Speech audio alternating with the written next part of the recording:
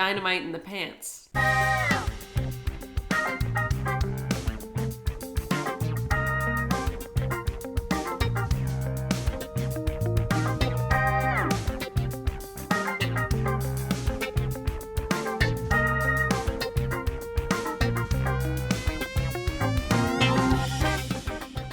Waiting all week for this. I think you've been waiting a year for this because you wanted to do this for Halloween last year and we never got to it. Oh, that sounds right. Yeah. Welcome to another special Too Old or Pure Gold Halloween episode. Today's movie is the 1987 movie Monster Squad. The format of our podcast, two Gen Xers, where we watch beloved movies from our youth to find out, are they really as good as we remember? To help us debate and ultimately pass judgment, we ask our millennial co-hosts to watch these movies for the first time and help us determine, are they too old or pure gold?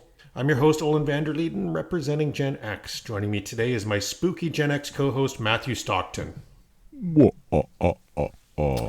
Representing the millennials today, we have Anthony. Hello. And representing Gen Z, we have Nicole. Boo! Ooh, I'm scared. Before we get into this episode, just a reminder to the listeners, we need your support to grow this podcast, so please remember to like, follow, and subscribe so we can keep bringing you this content. Today's movie is the 1987 monster movie Monster Squad. Monster Squad stars a bunch of unknowns, at least they are to me, Andre Gower, Bobby Keeger, and Stephen Macht. If you're interested, Andre did mostly 80s TV and documentaries, Bobby pivoted into music, and Stephen has been a prolific B-cast member on a long list of TV shows. Monster Squad was directed and co-written by Fred Decker. Fred hasn't actually done a lot of movies as director. He directed a movie called Night of the Creeps before this and went on to direct RoboCop 3 after this. Oof. So not the strongest resume as director. The tagline from the movie poster is, "You know how to call when you have ghosts, but do you know how to call when you have monsters?" I like that. IMDb describes the film as a group of 12-year-olds form a universal monsters club called Monster Squad and have to attempt to save their hometown from Count Dracula and his monsters when they show up for real. Now, for those of you that have not seen the movie, I asked my 93-year-old to watch Monster Squad for the first time. You're a 93-year-old? 93-year-old what? My 93-year-old dad. I think I've got 93-year-old brain. Now, for those of you that have not seen the movie, I asked my 93-year-old dad to watch Monster Squad for the first time and summarize the plot. Here we go. Our local 93-year-old. I'll try to be better. Stories about monsters have been around for a long time, and many were based on historic novels like Dracula and Frankenstein's monster, who were casted in the Monster Squad movie along with the Mummy, the Wolfman, and the Gillman, or Jillman. Under the leadership of Count Dracula, they formed, you guessed it, a monstrous group of his friends. They were intending to obtain total control of the world. For that reason, they were searching for a mystical amulet that would grant them that power. Well, fortunately, there was a group of preteen monster enthusiastic kids, the so-called Monster Squad, who decided to stop the, should we say, the real monsters by using their profound monster movie knowledge to outsmart them.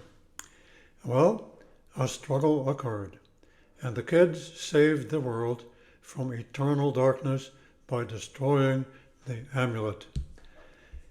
In the process, we get to know the kids and the monsters, who are respectively good and bad, or not so bad, as in the case of Frankenstein's monster, who turns out to be a bit of a softie. Among the kids, all told, this is a funny, almost appealing, scary horror movie that will not leave you sleepless at night. There you go. He loved it. I just looked it up quickly, and the monster is actually called the Gillman. So It is called the Gill Man. I mean, Is okay. it called the Jill Man? Trivia right off the bat is that they didn't have the rights to the monsters, so they had to use similar creatures. So they couldn't call him the creature from the Black Lagoon. They had to call him Gillman. So he was right, Gillman. Well, they never referred to him as anything other than the creature. I got a lot of questions about Gillman, so we'll get to it. First, I want to hear what you guys thought of this movie, this Halloween special episode. Honestly, Okay, I'm still so thrown by Jill Man. I'm gonna have to let other people go first. I want to jump in. This is one of my first movies I ever suggested for the pod, and it was amazing to rewatch this. This was one of my favorite movies as a kid. I remember being terrified, and it was so entertaining, and I had to rent it twice because I stopped watching with like 20 minutes to go, and then I let the 48 hours elapse, but it was well worth it. By the way, I paid your late fees on that. Oh, thank you. Nicole, are you recovered from Gillman? I don't know if I ever will be. I don't know. I remember Anthony watching it a lot when I was a kid, but I don't remember anything about it because I was tiny and scared of everything. So it was kind of fun to see it. But it was so cheesy and so predictable, but it was a fun time. I enjoyed it. Mathew, you want to go next? It's Goonies with fangs. Hey, that was my conspiracy theory. You know, at its core, it's this 80s kids on bikes adventure. And I'll go into this a little bit deeper, Olen, because the writers of this movie actually did a really brilliant job understanding monsters as archetypes of fear. And I'll show how that connects and how that's proven by who kills each monster. The writers were brilliant. Before you continue, pause for 1 second. You know what you're setting up here is our usual, where you go into this long, very intelligent description of what happened, and then I go, I like monsters. So Monsters and boobies. monsters and boobies. So And Kung Fu. so please love those continue, but I things. feel the setup already, Mathew, just from your start. Do you want me to do it now? Okay, well, I tell you what, why don't I go, I like monsters. No. Okay, we're going to let you go after. So I'm going to say, I said just a fun movie, great characters, old classic monsters. How can you not like it? And I think this is a great movie to watch with kids too. What a great kids movie, just nice. And I called it Indiana Jones meets Goonies meets monsters. Yeah, that was my whole thing. As I rewatched this, I was like, tell me this isn't Halloween Goonies. The kids are the Goonies. Frankenstein's sloth. Dracula and the gang are the Fratellis. And the treasure's the amulet. Hey, and they're you saving the guys. town. Even kind of sounded like them. No, it was exactly Goonies. I saw that right from the start. But what's wrong with it? It's a formula that's fun for kids. I mean, name me a kids movie that isn't a repeat and a retread. So they did a nice job, and as long as you enjoyed it, it's good. Mathew, what did you think of this movie? I think that... Smart. No, I'm kidding. I'm just pulling your leg. Go. At a surface level, it's fun, right? It's absolutely fun. I enjoyed this movie. I've never seen it. But it's how the writers wrote about the monsters. So the Wolfman, right, represents loss of control. So they connect each of these characters to one of the kids. So Wolfman is puberty in monster form, right? So, and who kills him? Rudy, the cool older kid that's with the leather jacket who's going through puberty, halfway to adulthood, right? It's about change, and it's about changing into something that you don't know. You have... and they talk about his nards and everything all the time. Like they're so focused on Wolfman's balls and dick and there's that whole puberty thing there, and I think, you know, Dracula represents authority and control and domination. He's not just a vampire; he's a tyrant in a cape. He's sort of like the absolute control that adults have over children, right? And he's killed by Sean, who stabs him, but really it's Phoebe who helps seal the deal. So, and this is about how authority is overthrown not just by rebellion, but also some innocence and faith. You have the mummy, which is history's curse, right? So these kids, they come from families and history, and every family has these shadows, but he's just unraveled. They just pull the string, right? They just pull the string. And Frankenstein is just misunderstood innocence, and like little Phoebe, right, is the little innocent one, and the Gill Man is the outsider, and quote fat kid, is the one that gets him. Right? They matched each monster with one of the kids, which I found just fascinating. You pronounced Jill Man wrong. I think Mathew said he was getting his coffee. No, I Okay, heard it, perfect. and I said, "Oh, Hank." I just want to piggyback off that, Mathew. I couldn't put my finger on it. Like what you said was eloquent. I only heard him say wolf dork. That's the only part I heard. Wolf nards. That's what it's dork nards. But there was something a little bit more to this movie. Like the writing I thought was awesome. A lot of it was funny for kids, but also if you were an adult, I understand it now. I didn't pick up on most of it back then. And the way they kind of put the story together, it was short, but it was filled with everything they needed to tell that story. Yeah. Well, if we're talking about depth and things that kids probably wouldn't pick up on, something I definitely only would have noticed as an adult is the concentration camp numbers on Scary German Guy's arm. Oh, I didn't even pick up on that. Yeah, they Oh, said... Jesus. You didn't even pick up on They that? said, No. you sound like you have a lot of experience with monsters. And he said, I guess I do. And then he closed the door and you could see the big tattoo across his forearm. Oh, cool. Yeah, I don't remember picking that up. Yeah, there's a whole Holocaust subtext to this. So he's a Scary German Guy, but he has a menorah in the house. You quickly realize he's Jewish, right? And for me, that suddenly, the movie's admitting that real monsters exist, but they're human. Yeah, his experience Right? with monsters is human and monsters. It adds gravity to this sort of goofy romp, which is enjoyable, Yeah. but there's some gravity. It's a whole new layer. And the kindness of Scary German Guy was kind of nice too. Nice to see. Well, after all he's been through, it makes sense that he'd want to be kind to children. Yeah, Yep. absolutely. Again, just more depth. It's great. Well, I just love these classic monsters, these, universal, iconic monsters. I think they're so cool. Which one is your favorite? Oh, for me, it's the werewolf. This is the first werewolf I remember, and it always scared the crap out of me. And I want to give this movie some credit because I still think this is one of the better werewolf transformation scenes, like multiple scenes in any movie besides like American Werewolf in London. They're usually pretty bad, but this is top notch, I think. Especially when he got blown up and sucked back together. I love that. That was part. really cool. That stuck out as a kid. I remember that scene, the little hand and the leg moving and scaring the crap out of me. I like vampires because I always think like how incredible, like how many languages I could learn if I live forever. Yeah, that'd be pretty cool. I mean, my favorite was the Jill Man. Wow. I love a good swamp creature. I love an aquatic, scary monster because things from the ocean are already terrifying. Imagine adding that to them being monsters. So do you like do you connect with him as sort of somebody who stands out?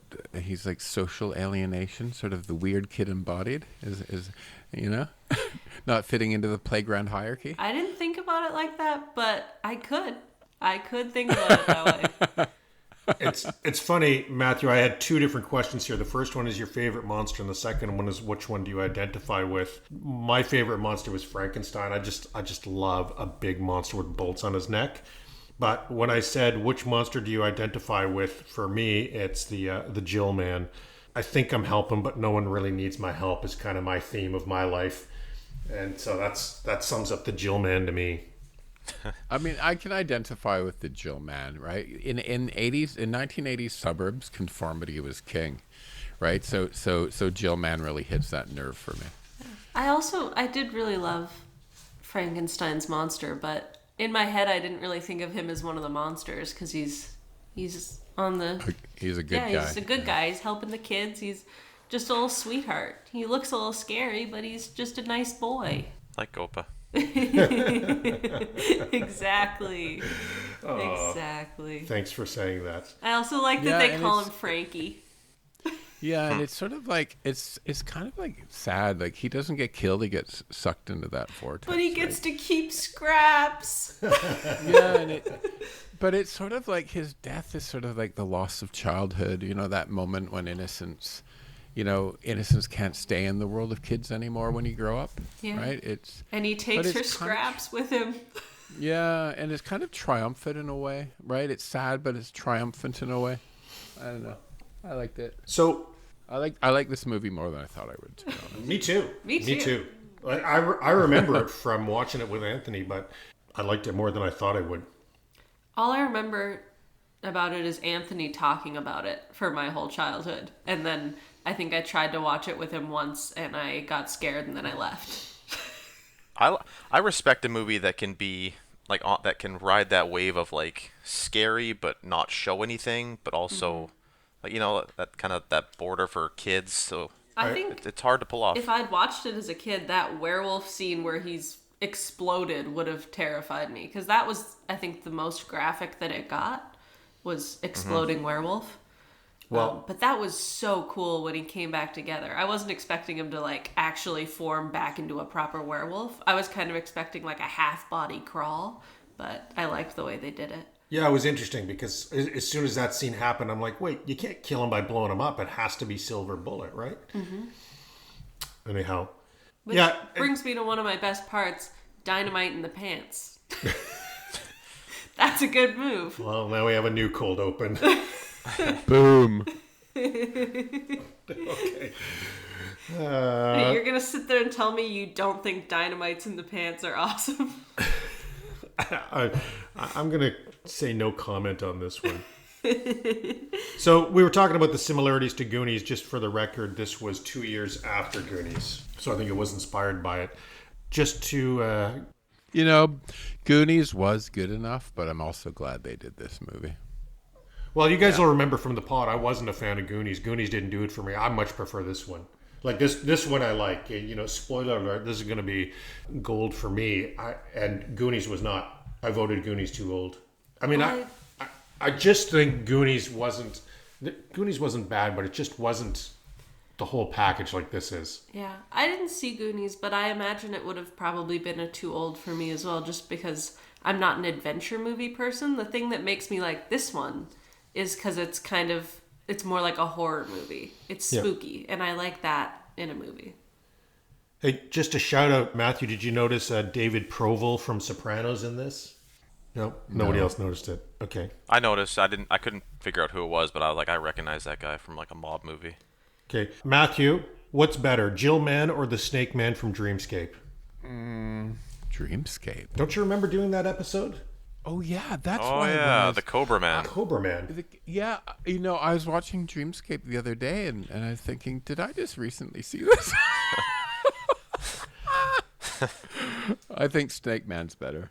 Cool. Couple questions. Why was the mummy in the closet? You can't just ask someone why they're in the closet. Oh, I didn't mean to out the mummy, but At least he was comfortable enough to get out. there was a couple of things in this movie that I just thought, why are these scenes there? Mummy, Yeah, why'd he go in there? Mummy in the closet, like what did he go in for? I don't know what he was doing. And the other question I had is, did we need the Gill Man? I mean, I love him, but The mummy was in the closet because remember the mummy represents the past Because he's gay. and skeletons in the closet and like family stories and the burden of the people that came before you, which are skeletons in the closet, and he gets unraveled, so that's why he's in the closet. okay. And Nicole just thinks he's gay. It's true.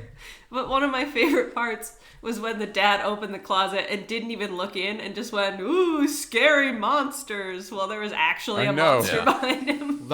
I was like, look in the closet. that was so funny. such an accurate depiction of a dad in that situation. And daddy's just Yeah. tired of the kids sleeping in bed with him.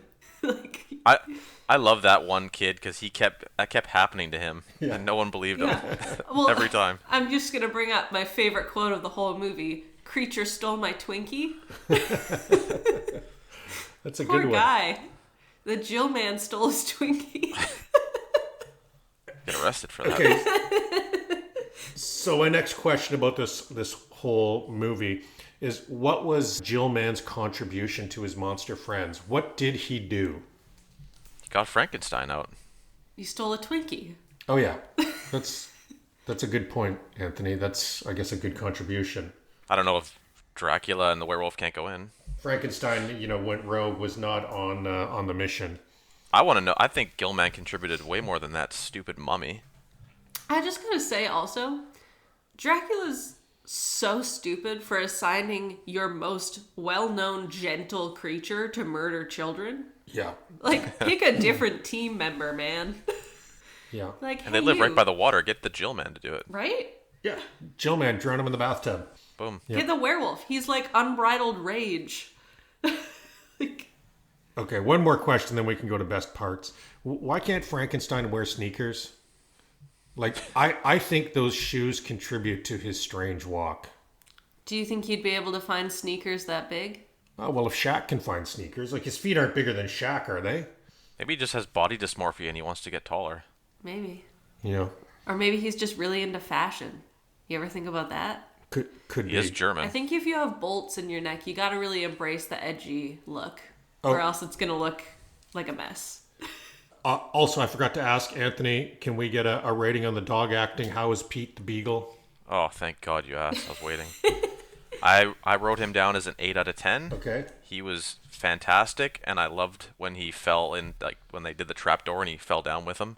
It's like, how did he get down there? Well, and how about My when he favorite- put his paw in when they're like Monster Squad and you saw Pete put his paw It was in. great. My favorite Pete moment was when the portal opened and he was just swimming in the air. A little air swim from Pete. Very cute. Okay, well, let's roll into best parts. Lots of stuff to like in this. I like a hearse with a skull hood ornament. If I could have that as my everyday drive, I would totally do it. Driving a hearse, it's actually more affordable than a car. Is it? It is. I've considered it. Probably get a great deal on it. You can get a great deal on it, and it's efficient on gas because they have to carry so much weight. Oh, and you probably can always ride HOV because you got people with you. Exactly. You're getting it. One of my favorite scenes was Rudy humiliating that bully. Just Yeah. a good revenge moment. I like that. I like the idea of having your own monster. Mm-hmm. Yeah. As a companion. Mathew, walkie-talkies. I miss them. My friend Mike, who lived across the street, and I had walkie-talkies, and we used to talk to each other when we're supposed to be asleep. I did the same with my friend. Anthony, are you old enough to remember walkie-talkies, or did the cell phones ruin your childhood? I think we had them for a bit and they just never really worked. Well, I had walkie-talkies as a kid, but I never had friends, so I never got to use them. I just had them. That's why I only bought you one. No, that's why I made you carry the second one. Walkie-talkie is so descriptive. I know. It's Great marketing. best Walkie- branding ever, walkie. Matthew. Take a lesson. Walkie-talkie. You know the Germans call mobile phones handies? Call me on my handy. I'm not sure that's what they're So- referring to. I think you... My favorite parts was the clubhouse ritual of making monster hunting their identity, which is cool. Yeah. I think Frankenstein bonding with Phoebe Very was cute. was really kind of a nice piece of pathos in the middle of some pulp. I think the Wolfman transformation practical effects are really good. And scary German guy moment of horror meeting real history, like the fact that he is Jewish Holocaust survivor was really good. That was a really good moment for this movie. One of my, I had several favorites, obviously, but I'll sum it up quickly. I love the garlic pizza to the face. Yes. That was good. That was great. I love, again with Mathew, I loved all the werewolf transformations, and especially when he got sucked back together. I also love when Dracula got shot by the dad, and then he runs upstairs and he finds him like half transformed from the like he's half Dracula, half bat. That was I thought that cool. was awesome. That was cool, yeah. I really liked. I don't remember which kid suggested it, but when they were about to do something scary, he started suggesting other clubs that they could start. And my personal favorite was Nature Squad. They could go out and collect rocks. I'm pretty into that. You should start that, Nicole. I would start that. I would love to join Nature Squad. If anyone out there would like to join me in Nature Squad, let me know. You're still only going to have one walkie-talkie. Yeah, one walkie-talkie and no one else, and I'll be out in the woods alone being like, woo, nature squad. Revisiting your childhood. Olen, where's the He-Man Woman's Hater Club from? He-Man Woman? Oh, the He-Man Woman Haters Club. That was the Little Rascals. Do you remember the He-Man Woman Haters Club? I don't remember that, no. I remember the Little Rascals, though. Okay, well, let's transition into worst parts. And Anthony, building off one of your best parts, I put garlic as a weakness as a worst part. Because I love garlic, and if I had that kind of reaction to garlic, I'd be pretty sad. Agreed. I think the movie has some... I like the movie, but, these are just some of the points. The sort of tone lurches, so sometimes it's unsure if it's parody or horror, I think. Yeah. I think I kind of would have liked to have seen the monsters developed a little bit more beyond the caricature. And I'm going to take a guess here, Olen, that this was probably a box office flop. And the reason is it's maybe too edgy for family and too juvenile for horror buffs. I mean, I liked it, but I don't think it's gonna have had a big pull because it's its own weird sort of unique thing. I mean, I really like it, but I just think the average punter on the street might not. It's a very, very specific genre, that is for sure. Like, Yeah, I was gonna say it's like a really niche, like 10 to 15-year-old boy. Yeah. Maybe some girl in there. yeah, so it's true. I think when you put this out that you're really targeting a pretty small demographic. But good insight, Mathew. We'll get to the numbers soon. One thing I called out is I said there's no way that kid has the strength to stake a vampire. When he grabbed the stick and jabbed it into his heart, it actually takes, I know, a lot of strength to drive. How do you know this drive shit? a stake through a rib cage. How do you know this? Just quiet, Mathew. I can't divulge that on this podcast.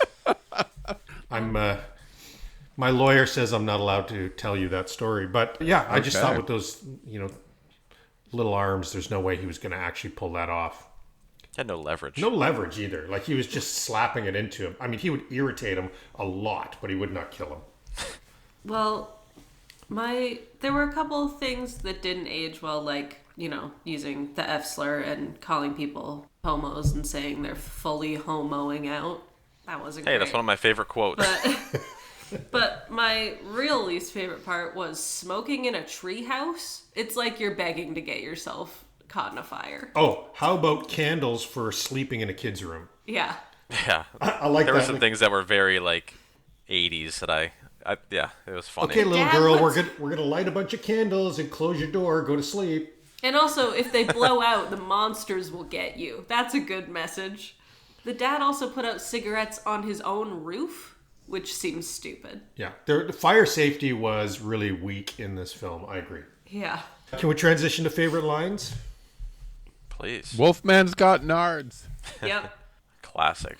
I know a man who can help. Scary German guy. And I loved "Give me the amulet, you bitch." She said it's like a 5-year-old. Yeah, that was a good. It's so inappropriate that I was just laughing my ass I'm off. going to highlight one of my favorite quotes by asking Mathew a question. Mathew, have you or have you not been dorked before? And Steve doesn't count. What does "been dorked" mean? When Did they you were even watch the movie? Yeah, when they were trying to find a virgin and they were asking his sister, and the question was, have you have you not ever been dorked before? Oh, dorked. Have you? Oh, sex. Yeah, I remember that. And then in the end, when she couldn't trigger the spell, and I thought you were a virgin. Well, there's Steve, but Steve doesn't count. I liked "Eat It and We'll Call It a Day." I thought that was funny. What is German for "please don't murder me"? I didn't even pick And then up he on tells that. him. That's And then he tells him. Yes, walks up behind him. That was a great scene. I liked, obviously it was 80s, but it was funny. You're fully homoing out. I knew Nicole would hate that. Yeah. And then there was, when the fat kid said, "I have a glandular problem," I finally found that, because that was in a Family Guy episode, and I've always laughed at that scene, but it's where it's from. So they pulled it from this. And then when I think it was Phoebe, the kids were being wussies, and she's like, "Come on, don't be a chicken shit." Phoebe was great. She I was love great. Phoebe. It wasn't really like a an important line, but I liked when those two pilots were in the plane and one of them was going to go check out the spooky noises, or he was going to go check out what was happening in the back, and the co-pilot said, "I'll stay here and make spooky sounds." That sounds like something I'd do. You know, it's fun hearing everybody's reaction to this movie because it just makes it better, right? It makes it more enjoyable having watched it than to hear how everybody loves these parts. I'm also going to start saying, "That's discrimination, jerkoid." Well, Mathew suspected that this film didn't do well, so I'm going to tell you how it did. According to Box Office Mojo Worldwide, Monster Squad was the 124th highest earning movie at the box office in 1987. 3 Men and a Baby was the biggest earner this year, and Monster Squad was beat by other scary movies this year, including A Nightmare on Elm Street 3, Jaws the Revenge, Hellraiser, Creepshow 2, The Gate, House 2, and Evil Dead 2. So it was murdered at the box office. Still, it wasn't the bottom. It beat out other horror movies this year, including Prom Night 2, The Kindred, and Return to Horror High. So it wasn't the bottom. Platoon was the Oscar winner this year. I'm okay with that. Horror films don't generally make Oscars. So by the numbers, the budget was $12 million. Seems about right. So $12 million for the budget. Box office, what do you guys think? Mathew, why don't you go first since you suspected this flopped? 15 million. I think 8. I was going to say 10 million. I guess I'll go with 10 as well. I don't want to Price is Right you. Coward! Well, I don't want to Price is Right you. 3.7 million. Ooh. It was a disaster. Oh no! This must be the worst, like the most poorly grossed movie we've ever done. I think it is. Well, let's find out if the critics and audience agreed with the box office performance. So what do you guys think? Critics and audience, Rotten Tomato score. I'll say critics 43, audience 38. Actually, sorry, switch that around. I meant audience higher than the critics. Oh, so audience 43. Critics 38. 38. Okay. Mathew? Critics 20, audience 47.5. Okay, Nicole? 40 and 55. Okay, give me a second with the math here. You can tell you guys were way off because it took me a while to do the math. Oh. You guys underestimated the critics. The critics gave it 56. Wow. Not bad. And audience 78. So people that saw the movie loved it. Must be a cult thing, like after the fact. Well, I think the problem was people didn't go out to see the movie at the box office. So, but then when they did watch it years later, now we're watching it on streaming and they're getting very little money for it. But yeah. So it's one of those movies that's too jagged for mainstream taste, but it's the jaggedness that actually makes it stick for me, you know? It's a weird little movie, and that's why I love it. It's just such a very tight focus, horror, kids, monsters, and Anthony, as you said, kind of a teenager zone, right? Like 12 to 15. I mean, it's a very tight audience. By the way, Nicole, I need to give you credit for your Rotten Tomato score, 39, but you won because Mathew was a 66 and Anthony a 53. What was it? PG-13? Must have been, right? I believe it was, yeah. Okay, a little bit of movie trivia for you guys. So Liam Neeson was paid for a part in this movie, but they never shot it. Anthony, I know you like short movies. This was a tight 90 minutes. We didn't call that out in best parts. But 13 minutes was cut from the movie because the studio insisted to keep it to 90 minutes. So they told him he had to make it 90 minutes. I mean, that makes sense if that's your target audience, too, as teenagers, so... The Dracula in this movie is considered to be one of the absolute best interpretations of the character. Yeah, I think it was pretty good. He had some childhood, like, of course you're not going to let some kids break into your house and steal your amulet. You're going to probably kill them if you're Dracula, but... So, Nicole, I want you to remember the name Tom Woodruff for a future episode we're going to do. The costume sculptor for this, his name is Tom Woodruff, and this was his first movie, his first time being the lead in making these. And this guy previously, for fun, as he was learning his craft, he had a full body cast done of himself because he was going to make a gorilla suit just for laughs. But he ended up using that body cast to make the Jill Man, and he acted the part himself. Oh. And this guy went on to have a long, successful career of monster costumes, including Pumpkinhead and Alien 2. And We'll talk more about him in the next podcast. It's the same writer, Shane Black, as Lethal Weapon. And obviously this movie is filled with nods to many famous historical monster movies, so kind of cool. Woke or joke, Nicole, I think you called out most of it, but I have a couple that have not been mentioned. Oh, go for it. Okay. Number 1, allowing your student to make bullets in shop class. Well, my question is, where did he get a bullet mold? School. I used to help my dad make bullets. Yeah. Well, at home. It is America, so they probably have them at home. I guess. Yeah, we have this little thing. You just fill it up, and you have to make sure you don't overfill it. And yeah, I used to make bullets in the 80s. Other thing questionable, Dracula. This one's on Dracula. Keeping young girls locked up in the basement. Mm-hmm. Problematic. And I think he was supposed to be problematic, so. And I love the scary German guy character, but I'm going to say it's just a sign of the times. The idea that an old German man can hang out with kids at his house or at night without parents around. Well, in my worst part, I had taking pie from a stranger. You're going to eat that whole pie? Yeah, these were the days before stranger danger. I know. Right? Where you just like walk over to your friend's house and hang out with the parents. Like everyone's Mathew. In those days, you could meet a stranger and you could be like, "Oh, you want to come inside and see this cool thing I have?" And you go, "Sure, let's go in." Like absolutely, it's weird to look back on it. When you were a kid, did you like when we were kids? All of our parents' friends were Mr. or Mrs. Like we never ever called them by their name. Yeah, it was like Mr. You know. Mr. Smith, Mrs. Smith. Yeah, I agree. It's fascinating to me. Let's go to the reviews.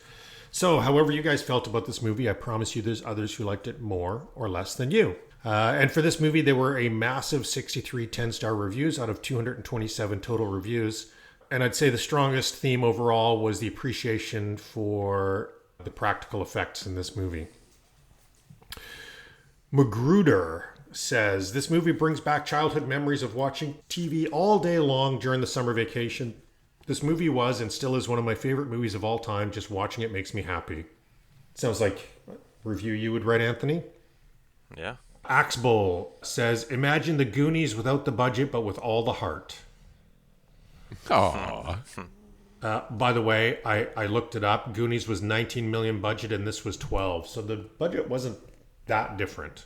Another reviewer says this is part Little Rascals and part Goonies. And Styles says, when I was in preschool, I used to watch this movie all the time, over and over. I blame this one single movie for my great taste in cheesy, violent slasher horror movies. Thank you, Harry Styles. I think preschool is a little young for this. That's 4. Yeah. Well, let's hear from people who liked it less. And yeah, I like this section because I'm always amazed by people that take a movie like this and say it's so bad I have to give it 1 star. But there were 4 people who rated this 1 star compared to the 63 who thought it was a 10-star. Someone named The One That You Wanted says, a character asks if a 5-year-old girl is a virgin during this film. That tells you all you need to know. Okay, a little harsh. Guanman says, the 80s was a confusing era and this movie was a fart of the 80s era movies. It lingered around for a while and it didn't smell too good. And Jimbo... How rude. Jimbo calls it monster trash.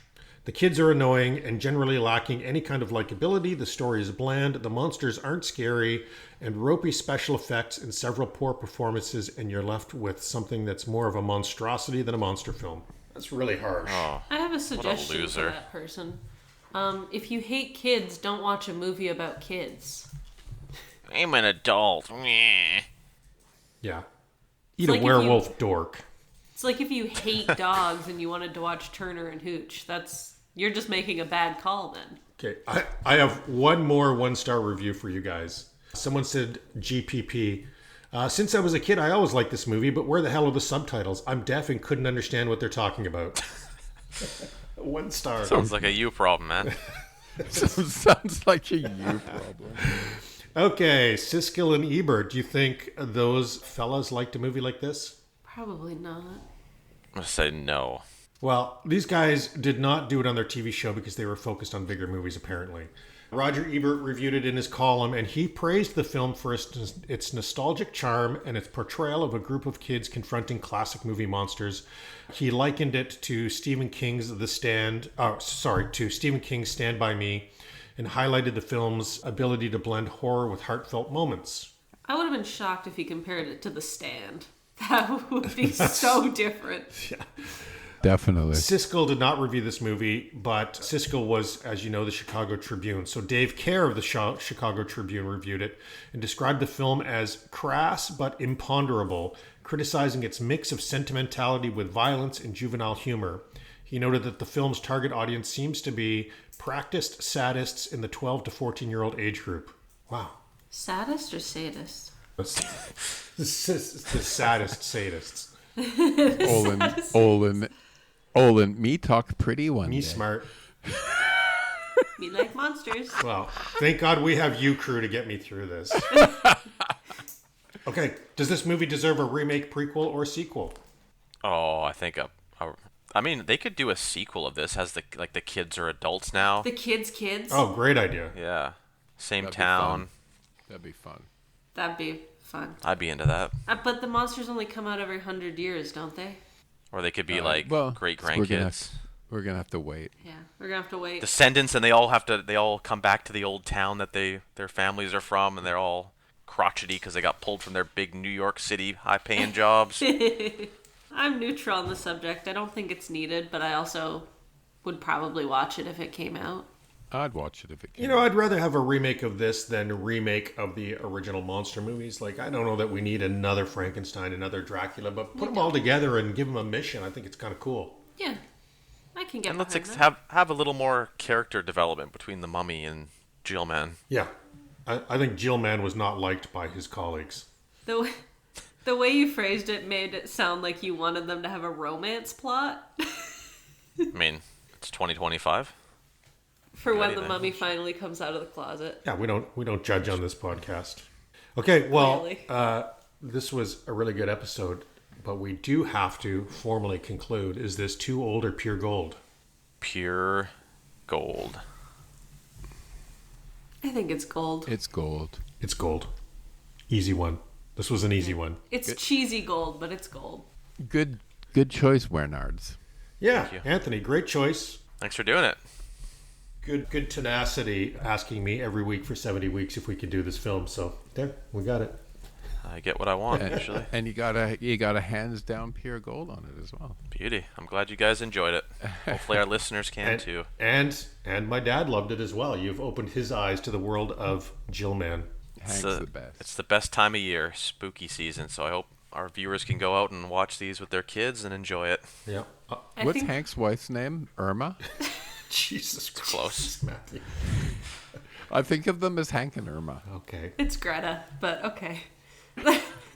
I think we need Jill Man merch. Yes. But how would you know, though? Because it'd be spelled correctly. No, I'd spell it Jill Man. Our first merch, we'll do a Jill Man t-shirt with the Too Old or Pure Gold logo. Yeah. Okay. This is like, Love it. Thanks, guys. This was fun. bye.